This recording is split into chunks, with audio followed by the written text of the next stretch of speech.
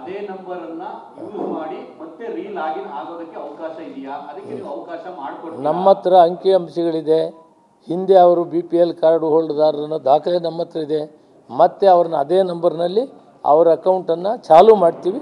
ಅವ್ರ ಅದೇ ಕಾರ್ಡ್ ಹತ್ರ ಏನಿದೆ ಅದನ್ನೇ ತಗೊಂಡೋದ್ರು ಕೂಡ ಅಕ್ಕಿ ಕೊಡ್ತಾರೆ. ಸರ್, ಈಗ ಪ್ರೊಸೀಜರ್ ಯಾವುದು ಫಾಲೋ ಮಾಡಿದ್ದೀರಾ ಸರ್? ಅಂದ್ರೆ ಈ ರದ್ದು ಮಾಡೋದಕ್ಕೆ ಪ್ರೊಸೀಜರ್ ಫಾಲೋ ಮಾಡೋದು ಕೂಡ ಕೆಲವೊಂದು ಲೂಪ್ ಹೋಲ್ಸ್ಗಳು ಕಂಡು ಬರ್ತಾ ಇದೆ. ಯಾಕಂದ್ರೆ ಬಹಳಷ್ಟು ಕೇಸ್ ಸ್ಟಡೀಸ್ಗಳಲ್ಲಿ ಕೂಡ ಎಲ್ಲೋ ಒಂದ್ ಕಡೆ ವೃದ್ಧರು ಇಬ್ಬರು ಇರ್ತಾರೆ, ಅವ್ರದ್ದು ಕೂಡ ರದ್ದಾಗಿರುತ್ತೆ ಅಂತ.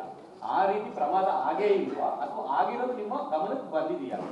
ಯಾವುದು ಪ್ರಮಾದ ಆಗಿಲ್ಲ, ಯಥಾಸ್ಥಿತಿ. ಹೋದ ತಿಂಗಳು ಇದು 1-1.5 ತಿಂಗಳು 2-3 ತಿಂಗಳಿಂದ ನಡೆದಿದೆ. 1 ತಿಂಗಳಿಂದ ಈಚೆ ನಾವು ಈ ಕಾರ್ಡ್ಗಳನ್ನು APL ಕನ್ವರ್ಟ್ ಮಾಡುವಂಥದ್ದು ತೀರ್ಮಾನ ತೆಗೆದುಕೊಂಡಿದ್ವಿ. ಅದರಲ್ಲಿ ಕೆಲವು ಲೋಪದೋಷಗಳಿದೆ ಅನ್ನೋದನ್ನು ಗಮನಕ್ಕೆ ಬಂದಿದೆ. ವಾಸ್ತವಾಂಶ ಮಾತಾಡ್ತೀನಿ. ಅದನ್ನು ಮತ್ತೆ ಪರಿಷ್ಕರಣೆ ಮಾಡೋವರೆಗೂ ಕೂಡ ಇದು ಯಥಾಸ್ಥಿತಿ ಹಿಂದೆ ಯಾವ ರೀತಿ ಇತ್ತೋ ನಡೀತದೆ. ನೀವು ಕೂಡ ಅರ್ಥ ಮಾಡಿ ಹೇಳಕ್ಕೆ ಬಿಟ್ರೆ ಹೇಗೆ? ನಾನು ಹೇಳ್ತಾ ಇದ್ದೀನಿ, ನಾನು ನಿಲ್ಲಿಸಿಲ್ಲ, ನಾನು ಹೇಳ್ತಾ ಇದ್ದೀನಿ ಕೇಳ್ತಿದ್ರೆ ಏನು ಮಾಡೋಕ್ಕಾಗಲ್ಲ. ಅಲ್ಲಪ್ಪ, ಈಗ ಅರ್ಥ ಮಾಡ್ಕೊಳ್ಳಿ.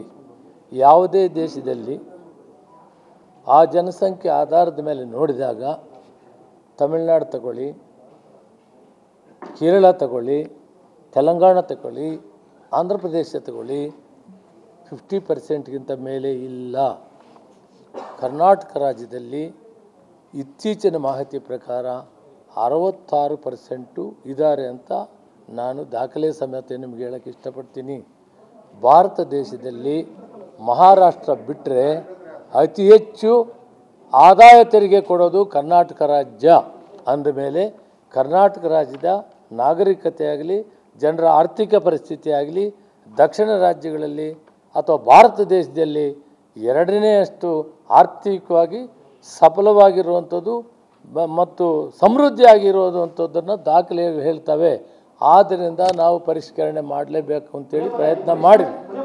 ಪರಿಷ್ಕರಣೆ ಮಾಡುವಂಥ ಕಾಲದಲ್ಲಿ ಕೆಲವು BPL ಕಾರ್ಡ್ಗಳು APLಗೆ ಹೋಗಿರ್ಬೋದು ಅಂತ ಸಂಶಯ ಬಂದಿದ್ದಕ್ಕೆ ಮತ್ತೆ ನಾವು ಇದನ್ನು ಪೂರ್ತಿ ಪ್ರಮಾಣದಲ್ಲಿ ಯಥಾಸ್ಥಿತಿಗೆ ತಂದು ಆಮೇಲೆ ಚಿಂತನೆ ಮಾಡ್ತೀವಿ.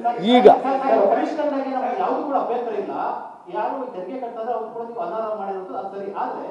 ಕೂಲಿ ಕಾರ್ಮಿಕರು, ಇದು ಏನೋ ಕಡ್ಡಾಯ ಆಟೋ ಚಾಲಕರು, ಇವರೆಲ್ಲರೂ ಕೂಡ ನೀವು BPL ತೆಗೆದಿದ್ದೀರಲ್ಲ, ಇದು ಯಾವ ನಿಮ್ದು ಮಾನದಂಡ? ಮತ್ತೆ ಮಾನದಂಡ ನೀವು ಪರಿಷ್ಕರಣೆ ಮಾಡುವ ಸಂದರ್ಭದಲ್ಲಿ ಎಷ್ಟು ಮುಂಚೆ ಮಾಡ್ತಾರೆ, ಮುಂಚೆ ಮಾನದಂಡ ಹಾಕ್ಬೇಕಾಗಿತ್ತು. ಈ ಮಾನದಂಡ ಏನ್ ಮಾಡ್ತಾ ಇದ್ರು?